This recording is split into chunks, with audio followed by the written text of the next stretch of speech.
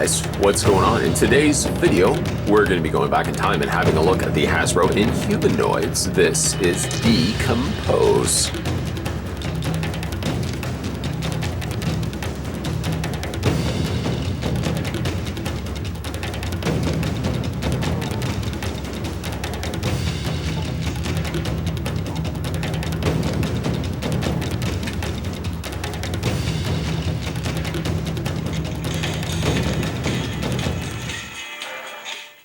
Grabbing ourselves the tape measure, we're going to have to extend it a little further to get the dimensions proper here on Decompose. The figure is 13, yes, you heard right, 13.5 inches.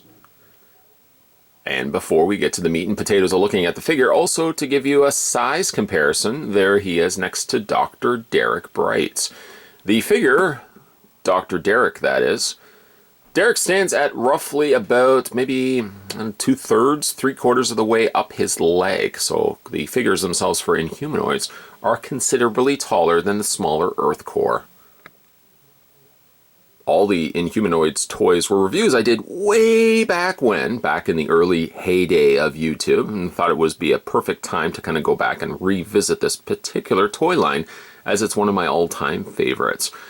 I guess I could have started with Metlar, as he is the leader after all of Inhumanoids, but I wanted to look at Decompose because, at least in the cartoon, maybe not so much in the figure, but in the cartoon, Decompose was one of my all-time favorites.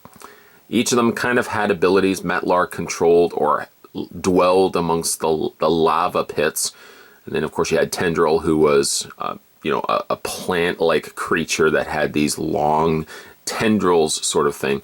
And then you had Decompose. Decompose was one of the coolest because he could actually touch living creatures and turn them into these zombified monsters, and really added to the more scarier aspects of an already pretty scary cartoon for a kid to be watching back in the 80s. So that was the reasoning why at least myself, why I wanted to look at Decompose first and foremost. Now that's D apostrophe compose, not D-E compose. Decompose here. I still have the box, but as you probably saw in the beginning opener of this review, the box is in a pretty disheveled state. A lot of it has yellowed over the course of time. It's kind of got that box musty smell, which some older packaging may tend to have. But I still hold on to the packaging because it's vintage, and I still remember as a kid going down the Toys R Us aisle and seeing a Metlar still sealed in obviously still sealed in packaging at the time it was, still sealed in a box on the shelf. And I think they had actually clearanced him out. Don't remember what these guys initially went for. I believe Metlar was going for about $10, which I'm guessing these were probably closer to about a $20 to $25, maybe even a $30 figure. So what makes up Decompose here? Well, like I said, he's a very large, skeletal looking creature, very bony in his in the details that they put all in the piece. Structurally speaking, he is probably one of the more flimsier of the Inhumanoids, as a lot of his makeup is just very hollow plastic.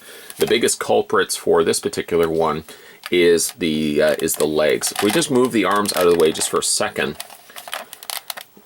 like I said, he's all very hollow feeling, but when you move the legs are very prone to popping out of their sockets. They do move back and forth, very limited in the way of posability, but yeah, the head or the legs do pop out of their sockets quite a lot. Having a look at his head, it's close to what he appears like in the cartoon. A slight variation to his sculpt, also incorporating this strand of hair, which is actually just rooted into the side of his head there. He's got these really cool piercing red eyes, giant fangs, and then he's got this almost front bridge area of his nose that, much like the Earth core members, there is a right at the top there's light piping. So if you hit the light just right, this front section here will not glow in the dark, but it will light up. And if you move the head slightly, you can also see that he's got that same sort of pink see-through, almost orange I suppose, translucent plastic actually underneath the head as well. But the head sculpt is good. I mean, it looks a little bit better in the cartoon, but that's really the case with all of these Inhumanoid toys, and really all 80s toys in general. Any kid picking up an 80s toy, wanting it to look like the cartoon, whether it be G.I. Joe, whether it be Transformers or anything, none of them really looked like the cartoon counterparts. Decompose, though, is close, but not quite.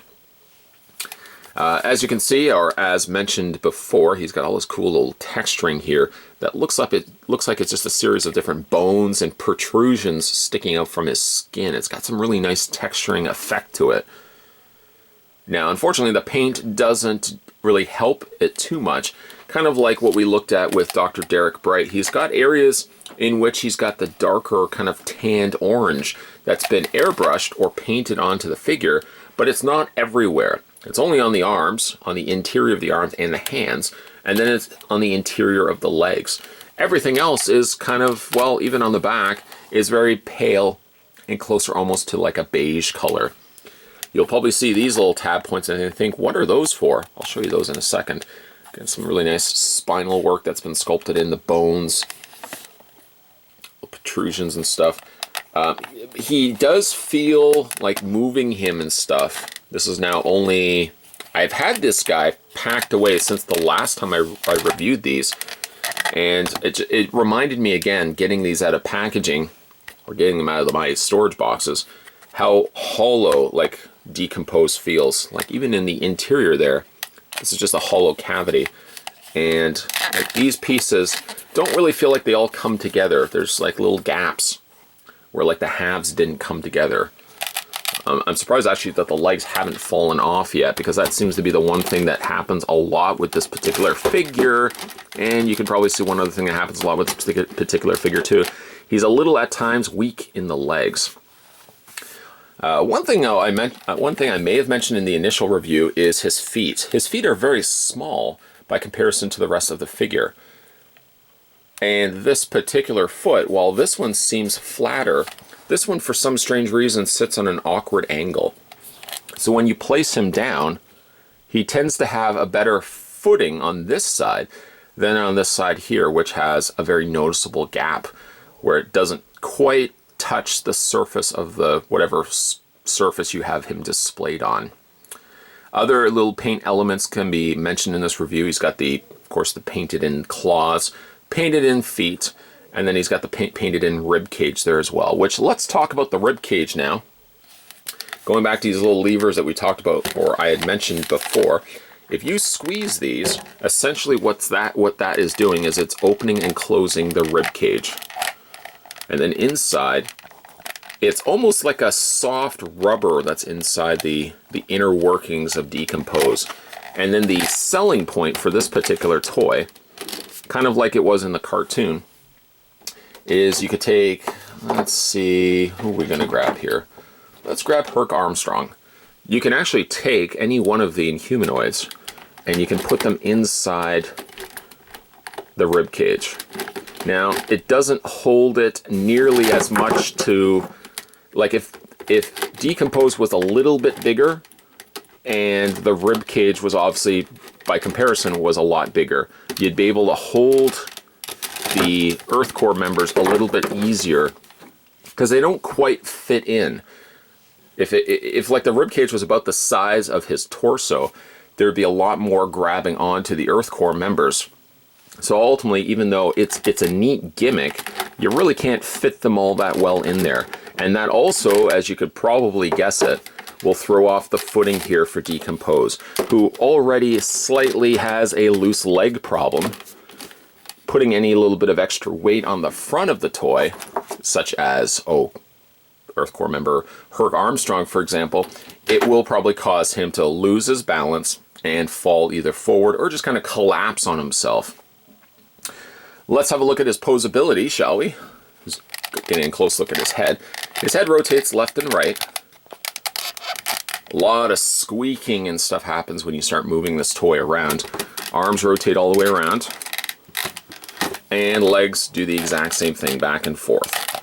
You're really not going to get a whole lot of posability with this particular piece. You're really not going to get a whole lot of posability anyways with the Inhumanoids. Their big draw is their size. And much like discussed in the actual Inhumanoid Earth Core reviews, the benefit of these particular pieces, even like the Earth Core, is that you're getting really large figures.